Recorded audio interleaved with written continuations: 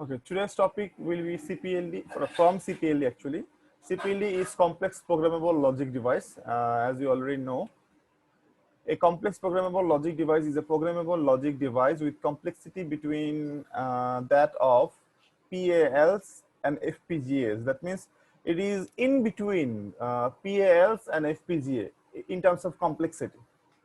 And the architectural features of both. That means it actually shares the features of both. That means you can do some operation like PALs and you can do something like FPGAs as well. The main building block of CPLD is a macro cell, which contains logic implementation. These are disjunctive normal form expressions and more specialized logic operations. A CPLD comprises multiple circuit blocks on a single chip. These circuit blocks means what? Circuit blocks, these are actually PALs, similar to PALs or PLS on a single chip with internal wiring resources. Internal wiring resources means you can have multiple PAL and you can actually connect them using internal wiring. External, that means internal wiring means extra wiring in between them. Each circuit block is similar to a PLA or PAL. CPLD refers to the circuit blocks as PAL-like blocks. That means what? This is the architecture of CPLD. A CPLD comprises multiple PAL-like blocks on a single chip with programmable interconnect to connect the blocks. That means you can have one PAL, one PAL, one PAL, one PAL here, and you can have a programmable interconnect here. Programmable interconnect means you can make the connection by using a software. That means you can actually program the connections. That means if you want to give an input here, and if you want to get an output from here, you can do it. How you can do it? This input will be processed here, then it can connect through the programmable interconnect to the PAL block there, and that can give the output here as well. Okay, that means for this input you can have an output here by using this programmable interconnect. Understood? So this is the CPLD architecture. Now FPGA. What is an FPGA? FPGA is field programmable gate array. This is the FPGA. Here you can see the Altera. This chip, the big chip, that means the like a CPU, is your Altera FPGA. Here you can see the model number is written Altera Cyclone 2 FPGA. This whole box or the whole board is an FPGA board. That means they actually give you some freedom, like Arduino. Arduino has a chip that is actually the microcontroller. The other things are for the usability. That means it will give you more usability. It will give you some extra buttons, extra pins, extra ports, and L3 is connected here. Some 7-segment displays are here. These are for your input and output, maybe. Not maybe, these are for your input and output. Here you have one SD card reader. Here you have one, this is USB blaster. This is USB. This is USB as well. These three are your microphone port, line in port, and maybe 3.5mm headphone jack. This one is for DC 9-volt jack, like your Arduino has one. This one is your video pin. This one is a VGA. This one is also VGA. This one is Ethernet. Okay, so there are lots of interface are there. These pins, they are actually your IO pins. That means input output pins. You can actually use them as IO pin. Here you can have some LEDs. You can see some LEDs are there, right? These are your LEDs. That means inbuilt LEDs. So you do not have to connect external LEDs with the FPGA. If you want, you can do it, no problem. But you don't have to. There are some inbuilt LEDs are there. Like your Arduino. Arduino has one LED in its pin number 13, right? Here you have some push buttons. These are your push button. 1, 2, 3, 4 push buttons. Here you have some slider switch. So these are all given.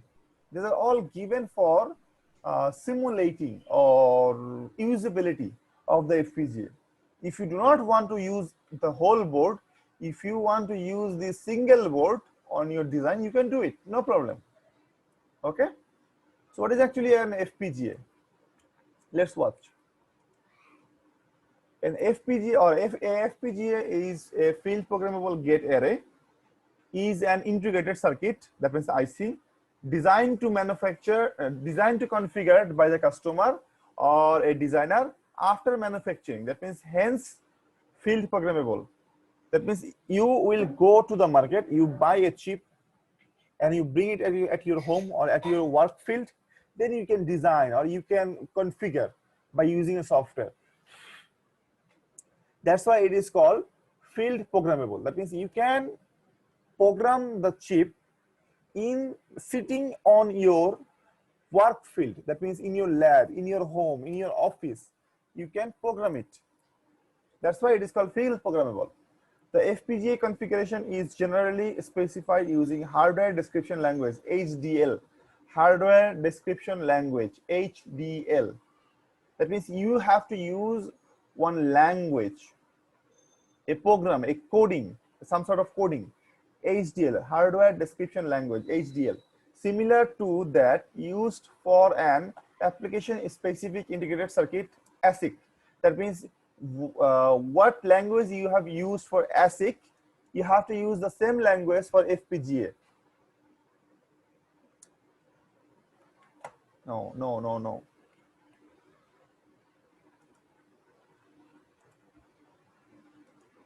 Okay, few points. It is larger and larger logic circuits needs to be accommodated in a single chip. That means you can actually you can use FPGA for accommodating your bigger and bigger logic circuit in a single chip. On the way to quantify the circuit size is to assume that the circuit is to be built using only simple logic gates and hence estimate how many of these gates are needed. That means what size of FPGA you need, what size, because there are some sizes, okay, there are some capabilities or there are some capacity of the FPGA. That means these many gates are there in an FPGA. So you have to calculate that first. So how to calculate that? You have a design, you convert the design into basic gates. That means AND gate, OR gate, NOT gate, or what should I say, or NAND gate or NOR gate, universal gate. You have to convert everything in a single sort of, in single type of basic gates. Then you count the gates. This many gates you have, you will buy an FPGA that has more gate than that. A commonly measure is is the total number of 2 input NAND gates. Okay, it is a commonly used measure. That means you will convert your whole design in 2 input NAND gates, using 2 input NAND gates. Then you count the gates, how many gates you have. That will give you an estimation what type of FPGA you need or how big an FPGA you need.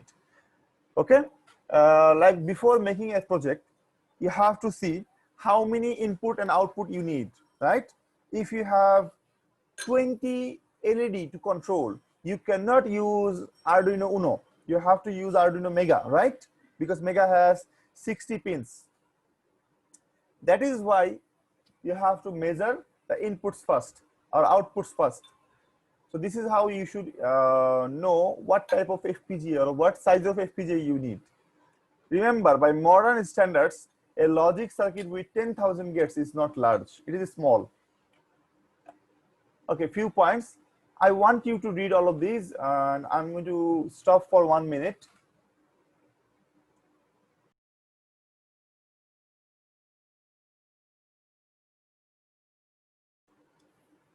Okay, FPGA is a programmable logic device that supports implementation of relatively large logic circuits. Not like CPLD, FPGA do not contain AND or OR plane. Like CPLD actually contains PAL or PLA like blocks. They actually have AND gate and OR gate, right? But FPGA do not have those. Instead, FPGA provide logic blocks for containing the pins of the packages, interconnections, wires, and switches. And as a gate, it has universal gates like AND gate or NAND gate or NOR gate. The logic blocks are arranged in a two-dimensional array depicted as hollow black box. The interconnection wires depicted as solid blue blocks are organized. Okay, you do not have to understand all of these. FPGA can implement circuit more than 1 million equivalent gates in sizes. That means if you have a logic circuit that has more than 1 million equivalent gates, you can implement using FPGA, no worries.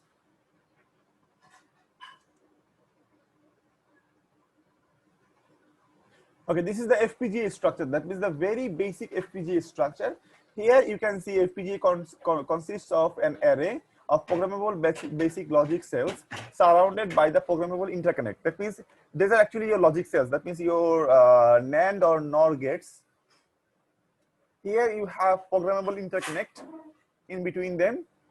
And these are all your IO cells. IO cell means input output cells. That means input output pins and the buffer or NOT gate, something like that. Here, all of this. Now the FPGA versus CPLD. Now your SPLD, that means your PLA or PAL, has equivalent gates between 0 to 200. That means SPLD you can have, that means up to 200 gates. CPLD is 200 gates to 12,000 gates. And FPGA is 1,000 gates to 1 million gates. Okay. Normally these are actually your equivalent gates. That means this number is not 100% correct. You can have different types of gate count as well, depending on the model you are choosing. And the application of CPLD. Implement random glue logics or replace the circuit previously implemented by multiple CPLDs. That means you can make bigger circuit, that means glue logic circuit, or replace the circuit previously implemented by multiple CPLDs. That means you have a circuit that has 3, 4, 5, 6 CPLDs already. You want to replace the circuit. You want to repair the circuit. What you can do? You can take out all of those SPLDs and implement one CPLDs instead. Number 2 is circuit that can exploit wide AND or OR gates and do not need very large number of flip-flops are good candidates for implementation in CPLDs. That means if your circuit had a lot of AND gate and OR gate, and if you do not need very large number of flip-flops, those circuits are good candidates for CPLDs. FPGA can be used in various applications: prototyping, FPGA based computer, on-site hardware reconfiguration, DSP, that means digital signal processor, logic emulation. Logic emulation means playing games, old games in your computer. Network component, that means network components mean like ATM machines, like vendor machines. What is a vendor machine? Vendor machine is some sort of auto ATM type food. That means you give some coin or you give some money and you choose your food, the food will come out, right? Those are called vendor machines. All of those are actually network components, under network components. And there are some videos. I included some videos at the last page of this topic, of the last page of this, document. You can watch those. These are all links, YouTube video links. You can click them and you can watch the videos. These are all based on FPGA application, FPGA.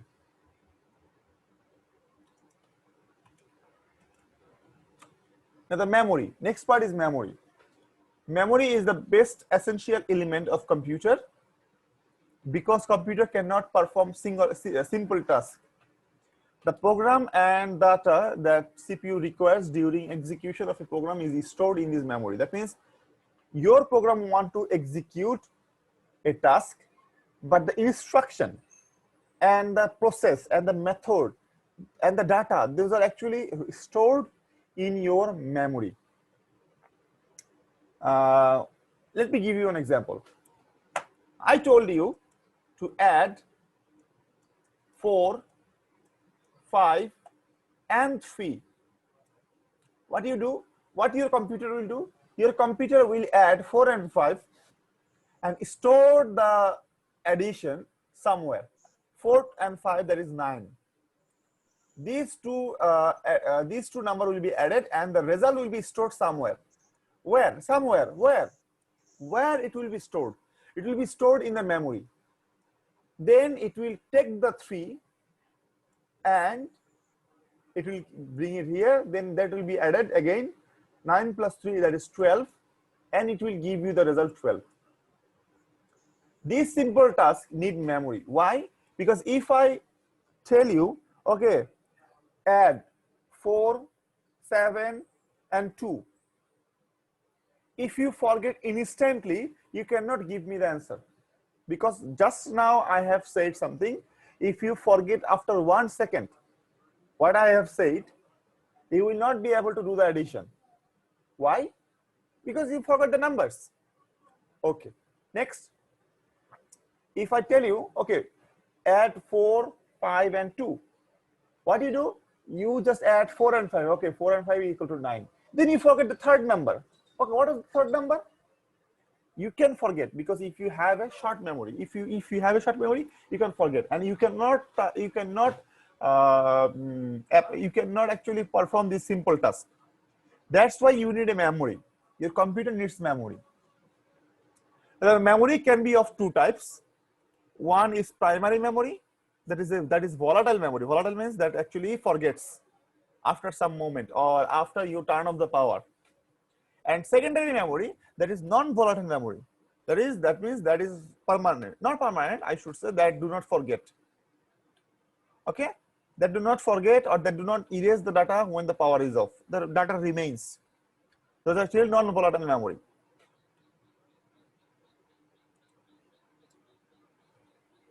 Okay, memory classification. Memory can be classified into two types. One is primary and secondary. Primary is the RAM. RAM called primary memory.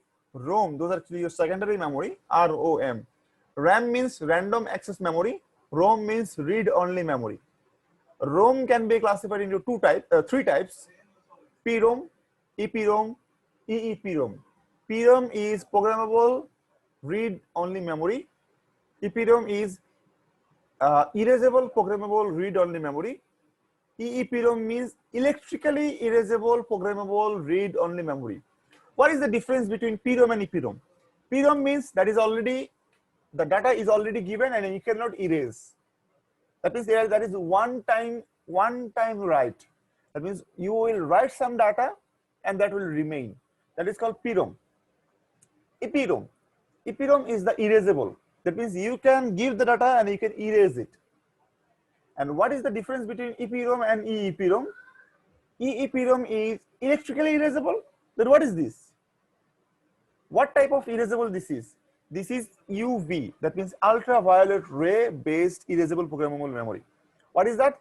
That means if you want to erase the data, you have to give some ultraviolet ray. That time it will lose all its data. That's why it is called erasable.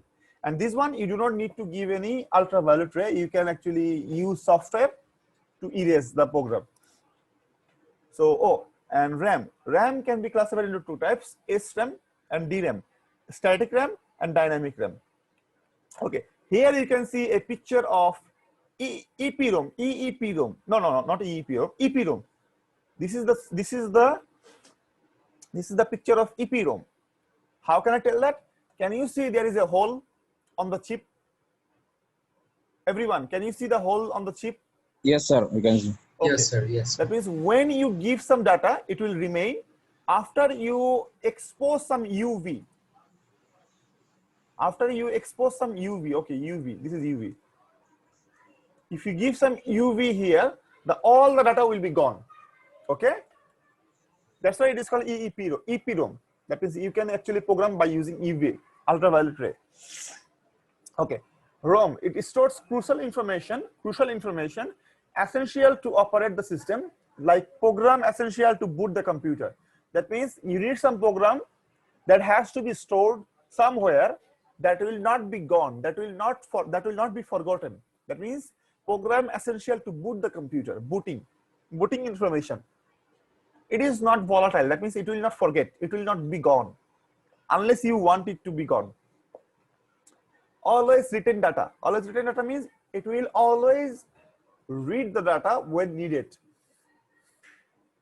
Used in embedded system where the programming needs no change.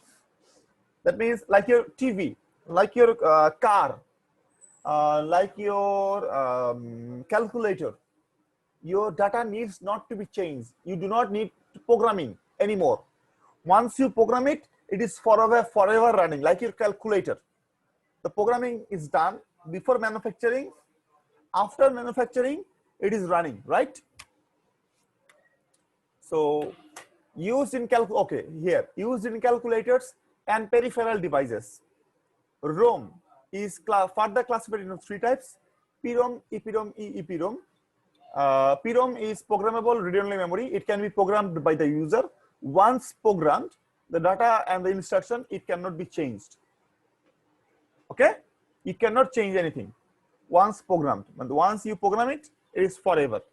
It is for forever. EPROM, erasable programmable read-only memory. It can be programmed.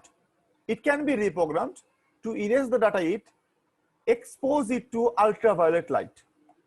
To reprogram it, erase all the previous data. That means if you want to reprogram it, you have to erase everything before. EEPROM, electrically erasable programmable read-only memory. The data can be erased by applying electric field. That means actually by electrical current. So you have to use a software. No need of ultraviolet light. We can erase only portion of the chip. That means if you want to erase some part, and if you want to keep the other part, you can keep it. But for ultraviolet ray, if you expose to ultraviolet, everything will be gone. EEPROM, no, not everything. If you want to erase some part, you can erase. If you want to erase the whole part, you can erase. Next one is RAM. Here you can see a picture of RAM chip, a 6 GB RAM chip. This is made by Samsung. This was for phone, mobile phone. Samsung 6 GB RAM chip. Okay. This is also called as read-write memory, along with read-only memory. No, not read-only, random access memory. This is random access memory. You can call it read-write memory as well. That means you can read it, you can write it anytime, anywhere. Or the main memory of the primary memory. You can call it main memory, or you can call it primary memory as well. The program and the data that CPU requires during execution of a program are stored in this memory. It is volatile memory as the data loses when the power is turned off. That means whenever you turn off your power, the data will be gone. RAM is further classified into 2 types: SRAM, that means static random access memory, and DRAM, dynamic random access memory. SRAM or static RAM offers better performance than DRAM. Obviously, that SRAM is better in terms of performance, because DRAM needs to be refreshed periodically when in use, while SRAM does not. That means DRAM needs to be refreshed. After some time, it needs to be refreshed. Otherwise, the data will be gone. However, SRAM is more expensive and less dense than DRAM. More expensive to make, and in a small space, you need more cell. That means the SRAM sizes are order of magnitude lower than DRAM. That means in a single size, that means in this size, if you want to put SRAM, you can have, let's say, 1 GB. But if you use DRAM, you can have, let's say, 6 GB, something like that. Now, RAM versus ROM. The difference between RAM and ROM: the read-only memory, or ROM, is also the form of data storage that can be stored easily, that cannot be easily altered or reprogrammed.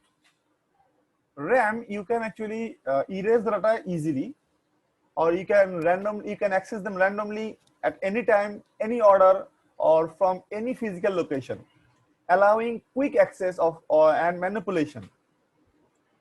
Stands for read-only memory, stands for random access memory. Use: ROM stores the program required to initially boot the computer. It only allows reading.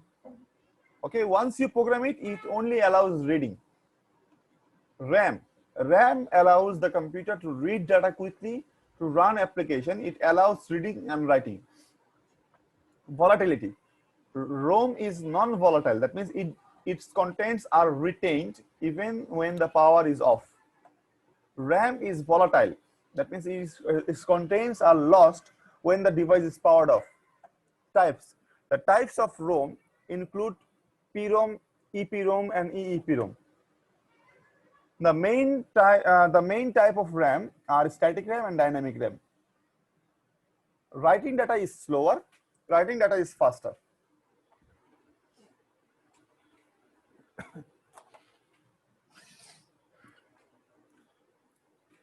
(60 SRAM cell). This one is called 6T SRAM cell or 6 transistor SRAM cell. Here you can see you have one transistor, you have another transistor, you have two transistors here, and you have two transistors here. So 1, 2, 3, 4, 5, 6. You have 6 transistors in one SRAM cell. That means this is one cell. You can actually keep 1 or 0 here. Okay, I will show you the simulation, no problem. SRAM is a type of semiconductor memory that uses bistable latching circuitry to store each bit. That means it has a bistable latching circuitry. This part. This part is called the bistable latching circuitry. This one will be storing your bit. The basic 6T SRAM cell has 6 transistors. How it operates? The write operation, you have to give data is equal to 1. If you want to save 1, you have to give 1 or 0. So I'm going to give 1 here. Because I want to save 1.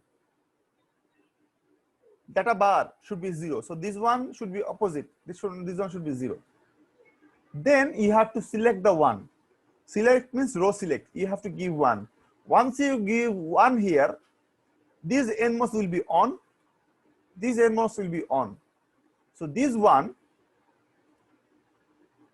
will go inside. So here you have a 1. This 0 will go inside. So here you have a 0. Then after that, you can select 0. Here you can give 0 then. Once you give 0 here, what will happen? This NMOS will be off. That time, nothing will come. Then if you change the data or if you lose the data, nothing will happen. Because this 1 and this 0, they will remain there. They will not gone. Okay, wait a second.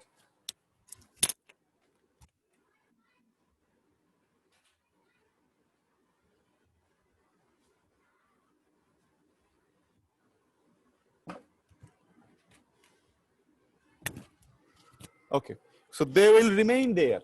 Okay, this is called bistable latching circuitry. Here, this one, there is a NOT gate. This will be 0 here. This 0 will become 1 here. So 1 becomes 0, 0 becomes 1. This is a loop. This loop will contain the 1, 0. Okay, they will be gone when the power is off. I will explain in the simulation circuit. Do not worry. For read operation, data should be 1. So here you have to give 1. Here you have to give 1 forcefully. Here you can see it is written forcefully. Then you have to give 1 here.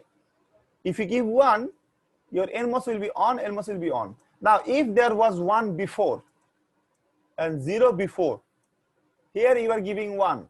So no current will flow anywhere. No current will flow here because both of them are 1. So no voltage difference. But when you have 1 here, you have 0 here, there will be a current flow in this side. By measuring the current, is there any current or not, you can say, okay, before there was a 1. Okay, if there are some current here, if there is a current here, that means there was 1 here. So by measuring the current, you can say, okay, that was 1. This is the read and write operation. Okay, let's go and check how this thing works.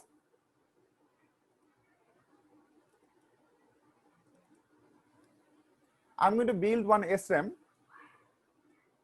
This is our data.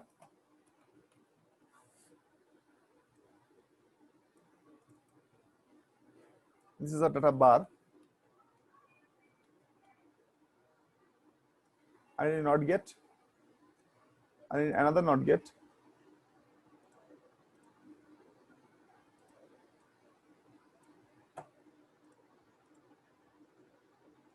I need NMOS.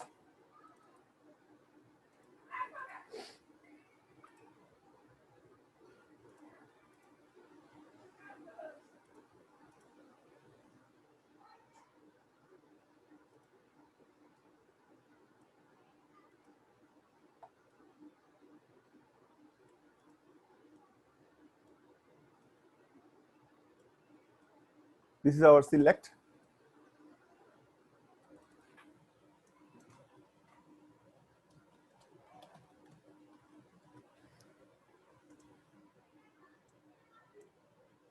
This is the loop.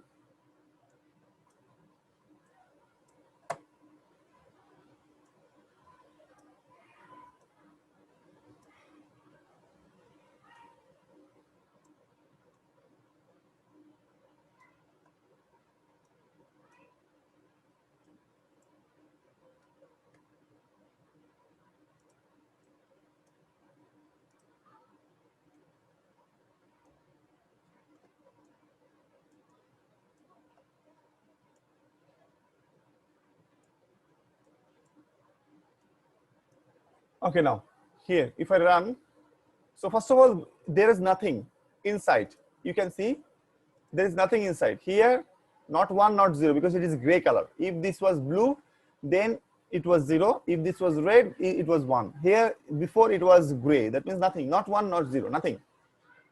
Now I want to store a 1. I want to store a 1. So here I want to store a 1. So what I will do, I will click this 1, I will make it 0. 1 and 0, because they are opposite.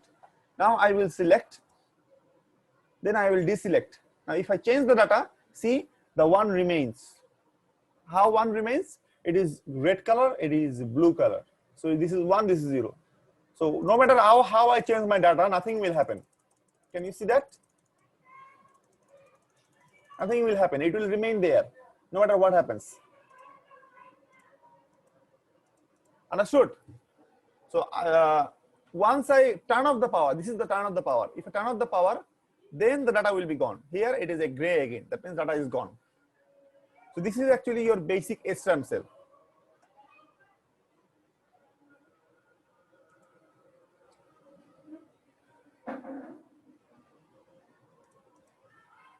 Now row selection decoder. This one is what? Row selection decoder. This one. Okay, what is row selection decoder? Row selection decoder means if you have multiple number of SRAM in your design, if you have multiple rows, you have to select. You have to select them. But remember, you cannot select more than one line at a time, because if you select more than one line, okay, the azan is going on. I'm going to give 1 minute of break.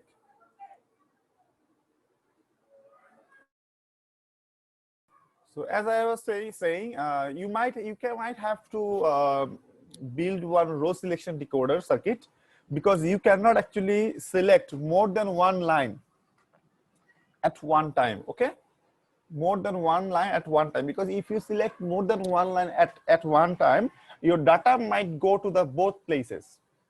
Your data will go to the both lines. That is wrong. That's why you have to make one circuit that will give, or that will select your row once in a time. Okay, so this is a row selection decoder circuit. Here you have 4 rows. If you have a 4 rows circuit, so you will have 2 inputs. If you have 8 rows, you will have 3 inputs A, B, C. So here A, B, if it is 0, 0, the first row will be selected. That means first row is 1, others are 0. If it is 0, 1, second row will be selected, others are 0. If it is 1, 0, third row will be selected, others are 0. If it is 1, 1, the fourth row will be selected, others will be 0. So if you convert these into logic expression, so it will be row 0 will be A bar B bar, A bar B, A B bar, and AB, obviously. Because this is actually an encoder. You can see this is actually an encoder. Not encoder, this is actually a decoder. This is actually a decoder, not encoder, decoder. This is actually a decoder circuit that you have learned in your semester 5. 2 into 4 decoder. If you want to select 8 rows, you will have a decoder that has 3 input. So this is a row selection decoder. In your exam, I can give you a row selection decoder that has 8 into 8. That means 8 rows. This one is a column decoder. Why? Because this one will give you the access of selecting the data and data bar 1, 0 and 1, 1. That means you can, remember I told you, you have to give the data and data bar 1, 1 forcefully for reading operation. So that's why this column decoder circuit is needed. Here you have a line select. These are actually your NMOS. Here you have a NOT gate. Here you have a tri-state NOT gate. Tri-state NOT gate means this is actually a NOT gate. But there is an enable pin here.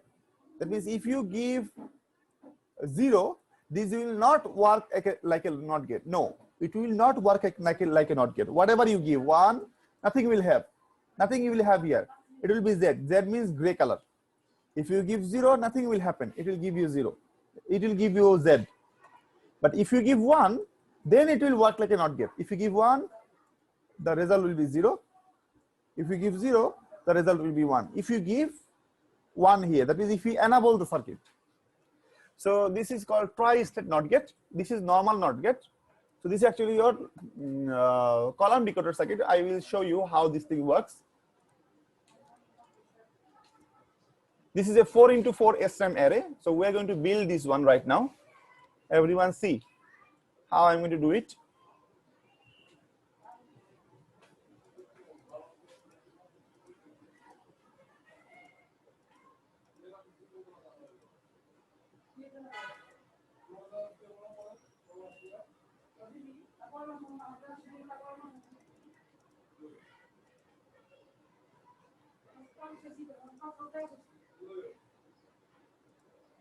Now I want to copy this.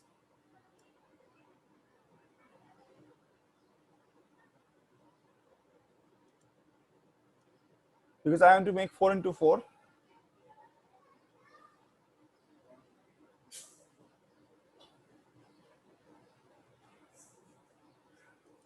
Okay.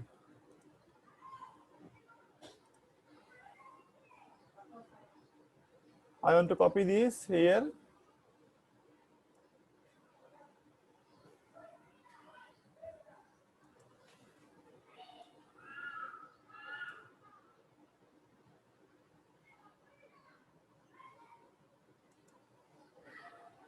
This is actually a 4 into 4 SRAM cell. I want to build one row selection decoder first.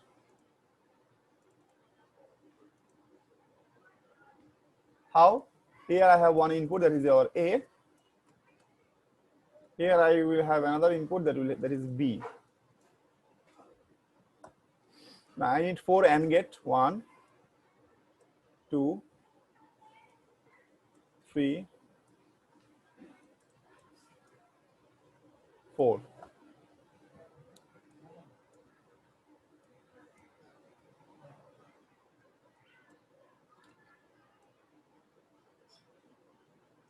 Okay. Now I need NOT gate for A bar and another NOT gate for B bar.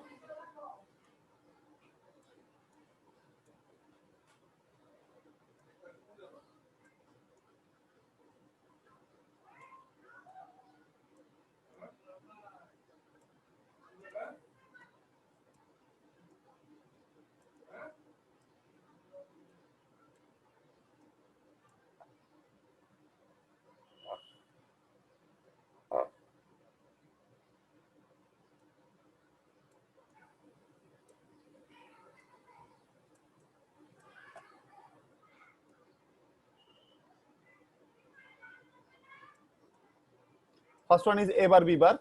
Next one is A bar B. Next one is A B bar, and the last one will be A B.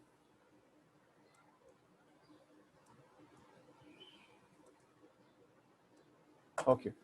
So this is our column selection, row selection decoder. So I want to give a line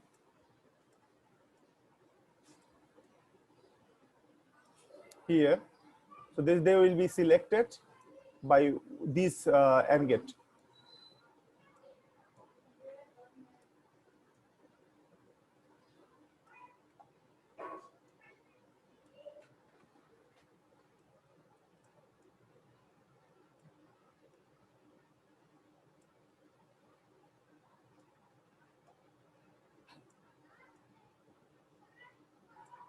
Okay. So our column selection is, so now if I turn this one on, you can see. So at first the first one is selected. Next time the second one will be selected. Next the third one will be selected, and next the fourth one will be selected. So that means only one row will be selected one time. You cannot have multiple rows at the same time. So this will eliminate your data to go in the wrong place. Okay. This is the column row selection decoder. Now we need to build one column selection decoder. So I need not get, no, I need NMOS actually first.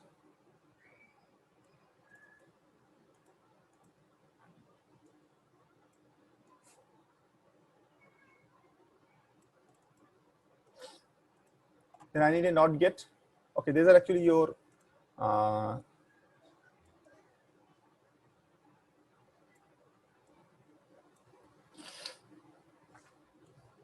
line select. I'm going to call them line select or LS, line select. Then I need to give a tri-state buffer. No, not buffer, tri-state inverter. One.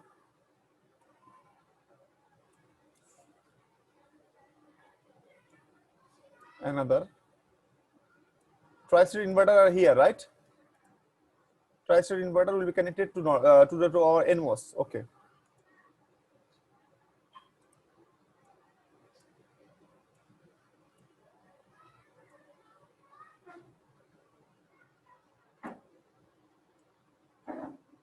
And the pin name will be called write. Yes, WR. That means write or read. Okay, write select. Now the data.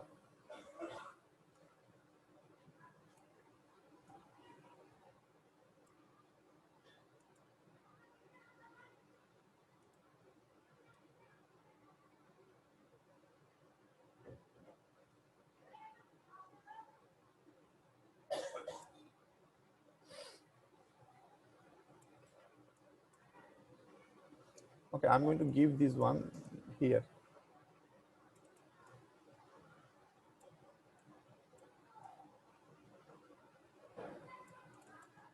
This is the data, that means D.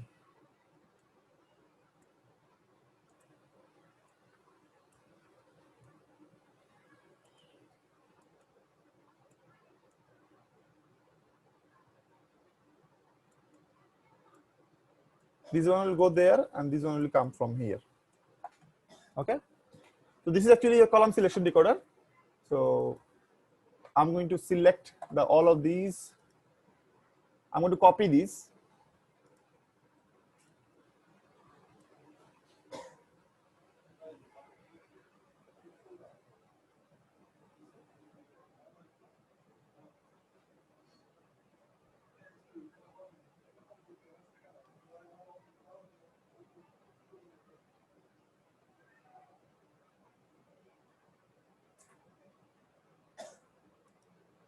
Okay.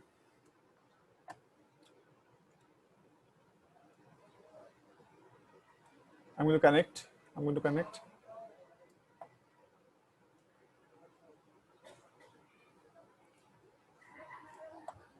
Okay, that means all the data line is connected here. All the data bar lines is connected here. All the data are connected here, data bar line connected there. So I'm going to copy this part again.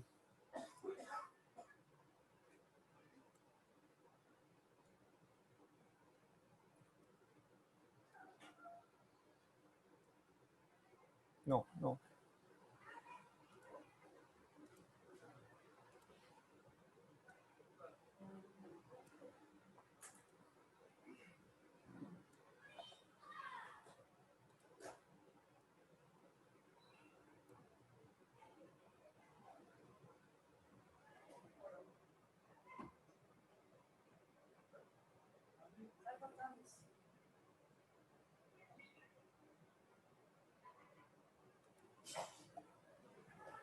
Ne. Aha, ha, ha. Everything is gone. Control Z, sir. Yeah? Control Z. Nah, gone, gone. Oh my God. Everything is gone. Oh my God. Okay, let's see whether I have the previously made SRAM or not. No.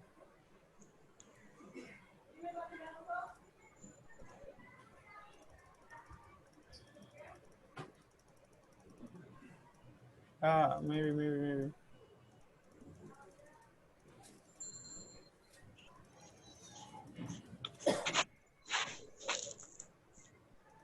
This is a ROM.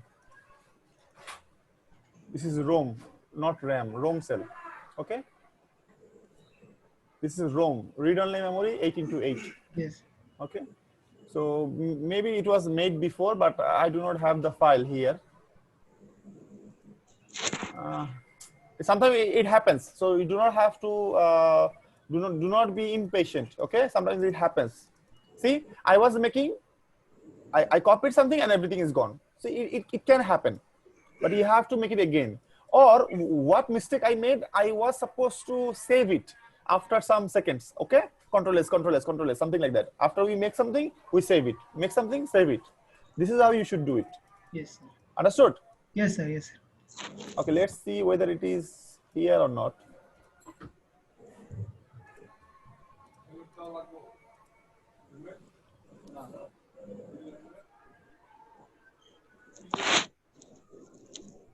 কেন 3 year helmet কি করবি তুই না বাইরে কি করবি তুই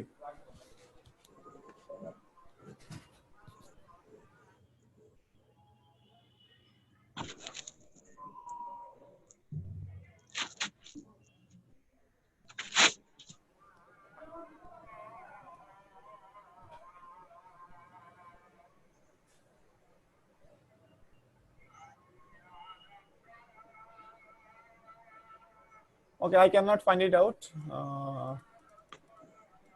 Okay, no problem. That means you can actually do some study and you can do you can copy everything and you can check. Okay, you can make the circuit by yourself. Okay.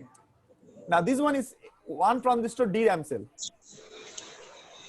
Okay, let me show you the operation. That means let's say you want to store 1101 1001 1110 and 0001. These 4 data here you want to save, right? Now what you do at first, this one 1101, that means this is your data. So this one should be 1 1, this one should be 0, this one should be 1. Then you do what? Then you select the right operation, right? Not the line select. Remember, do not use the line select now. Do not. Now what you do? Well, you do some right. Right means what? You click 1. 1 means everything will be run. Everything will be writing. Now select the first row. How? Give 0 0 here. First row is selected. After you select the line, this 1101 will be here. 1 1 0 and 1. Understood? Next, you want to store 1101 here. What do you do? Select the second line. Second line. No. Turn off the line select. Now you give the data 1001. 1001. Okay. Now turn on the right. You have given. Now select the second line. Yeah, select second line. That means this line will be selected, Zero. not these, not these. After that, you select these. Now the 1001 will be selected. After you write, turn this is off. Turn this off. This is the most important control you have. Most important control. Turn this off. Then you what? 1110. 1110 means you give 1110. Then you give it 1. Then you select 10. This will be 1. This will be 0. Now this will be selected. Third line, yes. After that, you give 1 here. If you give 1 here, this 1110 will be here. Got my point? Then Yes. 0001. You turn this is off. After you immediately turn this off. After you write the datas. Okay. Now you what? You give 0001.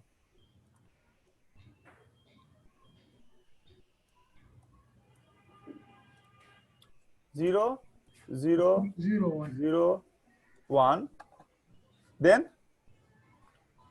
you make this is on. Then you select the next line. That means this line.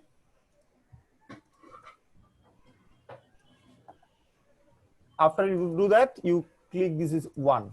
Once you click this, this will be 0, 0, 0. This will be 1. Understood? Yes. After that, you turn this is off. Okay? You turn this is off. You can turn the data off. You can make them 0, 0, no problem. Nothing will happen. This data will remain. Understood? Yes. So this is how you store some data in a SRAM cell. Yes, sir. Okay? Okay, sir. Okay, let's stop here today. Maybe in our next class, we will learn about the DRAM cell, and we will do some comparison between them. Okay? Okay, sir. And all of it, okay. Last videos. Yeah, last video. Yeah, you didn't upload the last video, sir. Last Okay, class. you give me a knock. I Last will two upload. class, Okay, sir. I will upload. You give me a knock. Okay. You tell me the date. Okay, or the class date. I will upload the video. Okay, okay, sir. Okay. And watch this video, all of you. Okay, okay, sir. What about the yesterday we have 2 class. Okay, I will reschedule. Okay, okay, okay. Okay, no problem. Do not worry. Okay, sir. And my project student remain. You stay here, and all of you can leave. Okay, sir. Allah Hafiz. Okay.